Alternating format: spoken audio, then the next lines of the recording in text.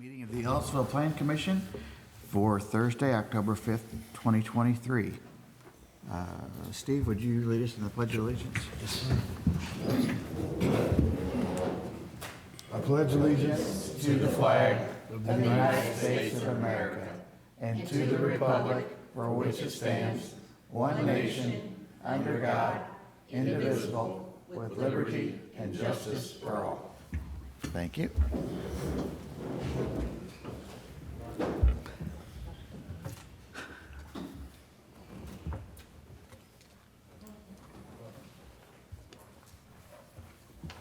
Roll call, please. David Drick, Here. Dan Swafford, Here. Steve Hale, here. Sandra Hash, Pamela Samples, Here. Ryan Skaggs, Pat Wethlowski. Here. Next item on the agenda is approval of minutes for the meeting of September 7th, 2023. So moved. Second. We have a motion and a second. All those in favor signify by saying aye. Aye. Opposed? Motion carries. Monthly conflict of interest statement. Going to make mention, I don't know that it's a conflict of any type. Recording in progress. I don't know that it's a conflict of any type, but the business that we're going to be making any kind of motions on, I do have 5 storage units in that facility. However, I'll maintain an independent mind. Okay, thank you. No old business. New business is preliminary plat approval for 3 commercial lots and 1 non-buildable lot in the Ellettsville Self-Storage Subdivision, 5050 West State Road 46. The petitioner is EDD Self-Storage LLC, Doug Duncan, case number PC 23-16.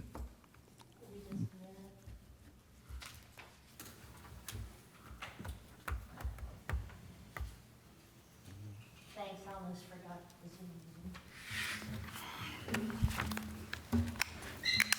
This is a petition for preliminary plat approval for 3 commercial lots and 1 non-buildable lot in the Ellettsville Self-Storage Subdivision located at 5050 West State Road 46. Petitioner is EDD Self-Storage LLC. Doug Duncan is a member of the LLC, case number PC 2316. The petitioner is not here, but his engineer is present. The applicant's requesting preliminary plat approval for a total of 4 commercial lots totaling 9.44 acres. 3 commercial lots will be platted, and 1 lot is an existing regional detention facility. Of the 3 commercial lots, 1 is developed and 2 are vacant.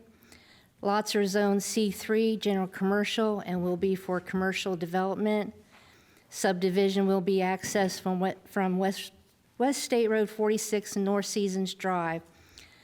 The lots will meet all size and dimensional requirements. The Tech Review Committee met on September 19th, and all items mentioned in the Tech Review have been resolved and are reflected on the plat in your packet. All legal notices have been sent. The Plan Commission action on the preliminary plat can be in the form of approval, approval with conditions, denial, or to continue the hearing. The Plan Commission has the final say in these matters. It's staff's opinion that the proposed plat will meet all required zoning and subdivision regulations, and there are no significant concerns with the proposed plat. So there is concern, though, about a recent violation with the property. The parcel with the storage buildings had a recent violation. A body shop business was allowed to operate in 2 or 3 of the storage units. In early August, the fire chief talked to the petitioner about the business operating out of the storage units. About 2 weeks later, the business left. On September 28th, when I was putting up the public hearing sign, I found again the business was operating out of the storage units. They vacated the storage units on October 3rd, and the fire chief and I inspected the storage units and confirmed they were gone yesterday morning. I want to prevent this in the future, so I contacted Darla, our town attorney, and asked what could be done to prevent this. Darla has prepared commitments that can be recorded and stay with the parcel regardless of the property owner. The commitment states that no business of any kind shall be permitted to operate out of the storage units located on Lot 1, and that the storage units on Lot 1 shall not be used for permanent or temporary housing. If Mr. Duncan agrees with this, he'll be asked to sign a commitment, and then it would be recorded with the Monroe County Recorder's Office.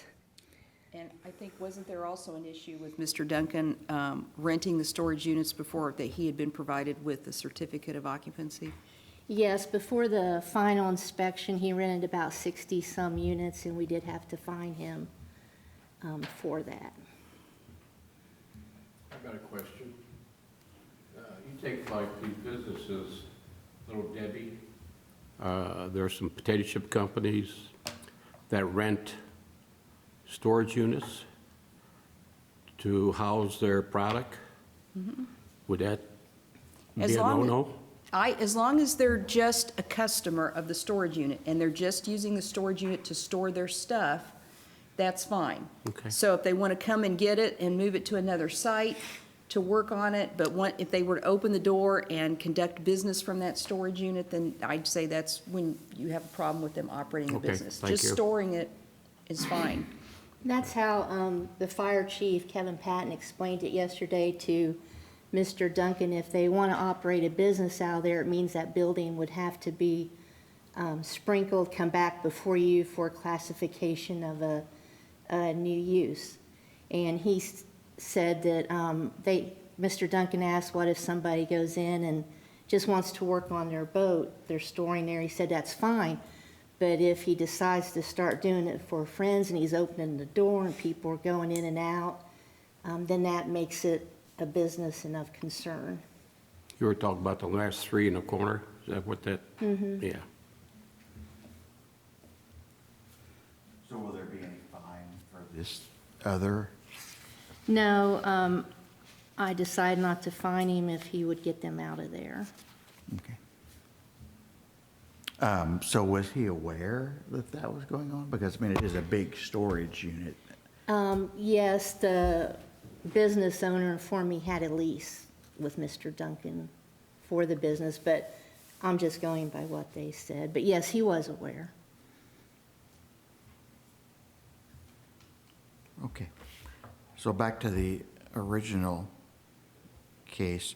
What we're doing here is just taking the one big lot and breaking off three smaller ones from it. There's going to be one lot with the, One is the retention pond, and then two that are still available for commercial development. Correct. correct. And is there, maybe I heard this wrong, but is the lot two actually going to be allowed to have access from 46? From all Or North will they all be Seasons from Drive. Seasons Drive? Yeah. Okay. And engineers here, if you have any questions about the site also. Okay. Does anybody else have any questions of Denise? Could you speak a little louder too? I can't hear what's going on. Could you speak in your mics a little better, please? Okay, I'm in mine.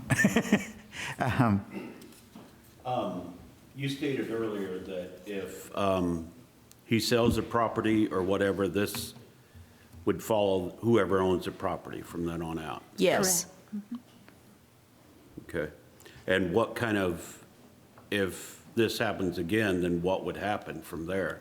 Well, you have the option of fining Mr. Duncan or the new owner, or you could ask the court for an injunction. Okay. And Denise, just clarification, did you state that the businesses were moved and then came back? Yeah, in early August, I didn't know they were up there, and the fire chief called me and told me, but he said, they're beside me, so I'm going to be a good neighbor and go talk to him, but I wanted to make you aware of it. So that was a Tuesday or Wednesday, and then he called afterwards and told me they'd be gone by the end of the week, but they were there like 2 more weeks. We were watching, and then they came back. I've got a question. let's say I get a 10-acre plot, does it automatically come to this? Is that, for me to put storage units in, I gotta apply or comply with the same as Duncan does? Correct. You would have to go through the Plan Commission for development plan approval, and then if you were subdividing, maybe preliminary plat approval. Well, I guess the question I'm asking is do we have something on paper that states that they got to comply by what we're asking Duncan to do? Your approval was based on the storage units in both phases 1 and 2. You had 2 phases there. So your approval was for approval of storage units, and also Homeland Security's construction of design release was for storage units. I think the short answer to your question is, Pat, if most developers who came to us and wanted to ask for storage units wouldn't be asked to sign these commitments, Oh, that's what he meant. I just suggested that maybe the Plan Commission should consider it in this case, given the history of the issues. Just so we're clear going forward that the storage units are for storage. And it already is technically a violation in the first place. This is just to Right, nail home the point further. right, right. Just a comment, I mean, I don't see those issues as requiring us or making it necessary for us to deny this plat change. I think you have a good handle on, you know, what they are and aren't allowed to do, and we'll keep an eye on it. So I don't, that, for me at least, that doesn't mean that I would try to hold up this other development. I mean, there's going to be 2 completely separate uses, two different issues, just as long as we keep an eye on it. Yeah, the commitment letter pertains to Lot 1 only. Right. Okay, did anybody else have any questions of Denise or Darla? Seeing none, would the petitioner like to make a statement?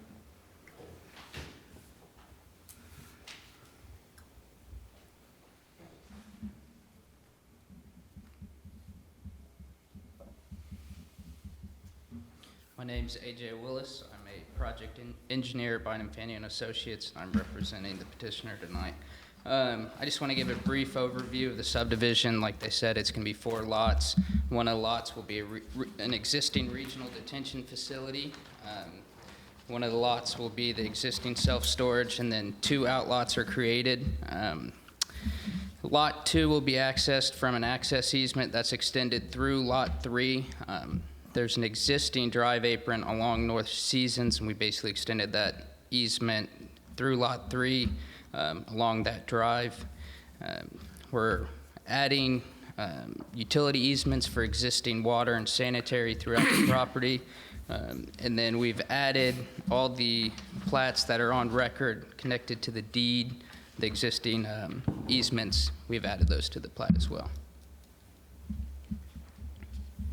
Okay. Any if you have any questions for me, more than happy to answer.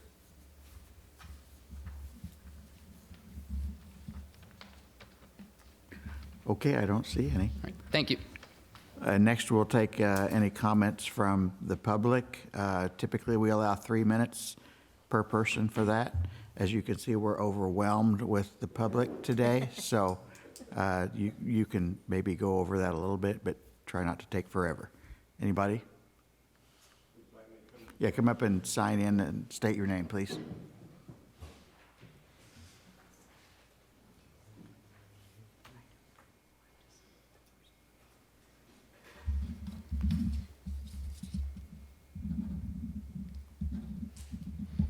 My name's Chris Sims. I own a condo there at Autumn Ridge. And so I have a few questions to start with. So right now, this lot is zoned for has been approved for storage units, is that correct? This entire parcel is approved for commercial development. It's Okay. zone C3, it's So- general Okay. commercial. And what they're proposing then would set aside 2 lots with frontage that would be pretty much up to anything that would be zoned for C3, is that correct? Yes. Okay. I think the concern of the neighbors is the use of those smaller lots. I mean, are we talking restaurants or just anything that falls into C3 zoning? Yes. Go ahead, Denny. So it could potentially dramatically change the use of what we're seeing there now as neighbors by allowing the subdivision to go in? It would probably increase the amount of traffic on that section of Seasons Drive. I mean, that road was always considered to be for commercial Oh, development. I understand that. I just think a lot of the neighbors that have bought property up there, condos, had assumed that the use was storage. That's what's been approved and that's what's there now. By singling out these other 2 lots, we're basically going to open up those 2 lots to any C3 zoning, is that correct? Well, may I say something? So irregardless of whether it was subdivided or not, he could still put the same commercial lots, businesses on there as it is. He is subdividing because he's decided to sell off the parcels. So by subdividing them, it would open those 2 lots up to any C3 zoning. Has the whole property is in its entirety. So Yeah. there's still room to add a couple businesses in there anyway. I understand, but like you guys just kind of showed that when he tried to put a business in the storage units, that wasn't approved. It wasn't an approved use of the storage buildings. Yeah. So by doing this, we're going to allow anything that would fit into C3 zoning. I think the neighbors are going to have issues with it because, this property butts up to a residential neighborhood. And by allowing it to be subdivided, you're basically exposing those neighbors to anything that fall into C3, which is a pretty wide Dave. open zoning. Time's up. Time's about up, yeah. However, those lots are not going to be anywhere near the residential neighborhood. I really don't foresee any of the traffic coming up a short distance up Seasons Drive and then going up into your neighborhood. The potential is a restaurant could go in one of those lots and be a retail restaurant? Yes, That's a potential use? yes. That was my concern. Okay, anybody else from the public?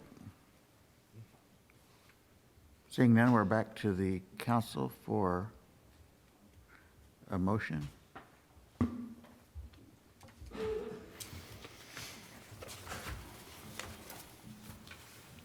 I'll make a motion that we grant preliminary plat approval for 3 commercial lots and 1 non-buildable lot in the Ellettsville Self-Storage Subdivision, 5050 West State Road 46. I Case second it. number PC 2316, including the condition of approval, or pending the signing of the petition, or condition of approval by the petitioner. Can I ask Darla something? So, what happens if, and we'll give the commitments to Mr. Willis to share with his client, but what happens if he decides not to sign them? Does he return to the plan commission? If he, oh, sorry, I'm playing lawyer. Yeah. That's okay. Yes, because as I understand Dave's motion, the motion was to approve the petition with the condition that Mr. Duncan agree to the commitments. Was that Yes, what I heard? exactly. So if he doesn't sign them, then it didn't pass. Then it didn't pass, and Okay. he should come back I would say would roll over to the next meeting if he wants to come back and he has another suggestion. I don't know why he wouldn't sign it, because it's already a violation of. Right. I'm just spelling Right. out. Yes, I know. And so just for the record, the commitments consist of two, which are, number one, no businesses of any kind shall be permitted to operate out of the storage units located on Lot 1. And commitment two is the storage units located on Lot 1 shall not be used for permanent or temporary housing. The rest of it is the legal description and all the legalese that needs to go into a commitment. Okay, so did everybody understand my motion? And did Pat second it? Yes. Okay. Roll call, please. David Drake, Yes. Dan Swafford, Yes. Steve Hale, Yes. Pamela Samples, Yes. Pat Wazalowski. Yes. Okay, the motion carries. Thank you. Thank you. Planning Department update. Right now, I don't have anything on the horizon for the next meeting, which is November 2nd. Other than that, we're just busy, but Okay, privilege of the floor. Was there anyone in the audience that wanted to address us on something that wasn't on our agenda tonight? Seeing none. Any Plan Commission comments? I actually got a comment, and this probably should have been asked before the motion, but have you heard a lot of complaints from the neighbors about this? no, I think, did somebody call you and just ask what the hearing was about? And that was the only call we got. Okay, I was just curious. Well, like I mentioned before, I really don't foresee the traffic going up as far as the Autumn Grove neighborhood. There wouldn't be any reason for them to go that way. That makes a big concern with actually pulling out onto 46. Oh, yeah, that'll be a problem, just like it is everywhere else. But, Yeah. but if I lived in Autumn Grove, I would be going out through Yeah. the Briargate subdivision anyway, up to Union Valley and the stoplight. Yeah. But, Uh-huh. okay, we will be adjourned.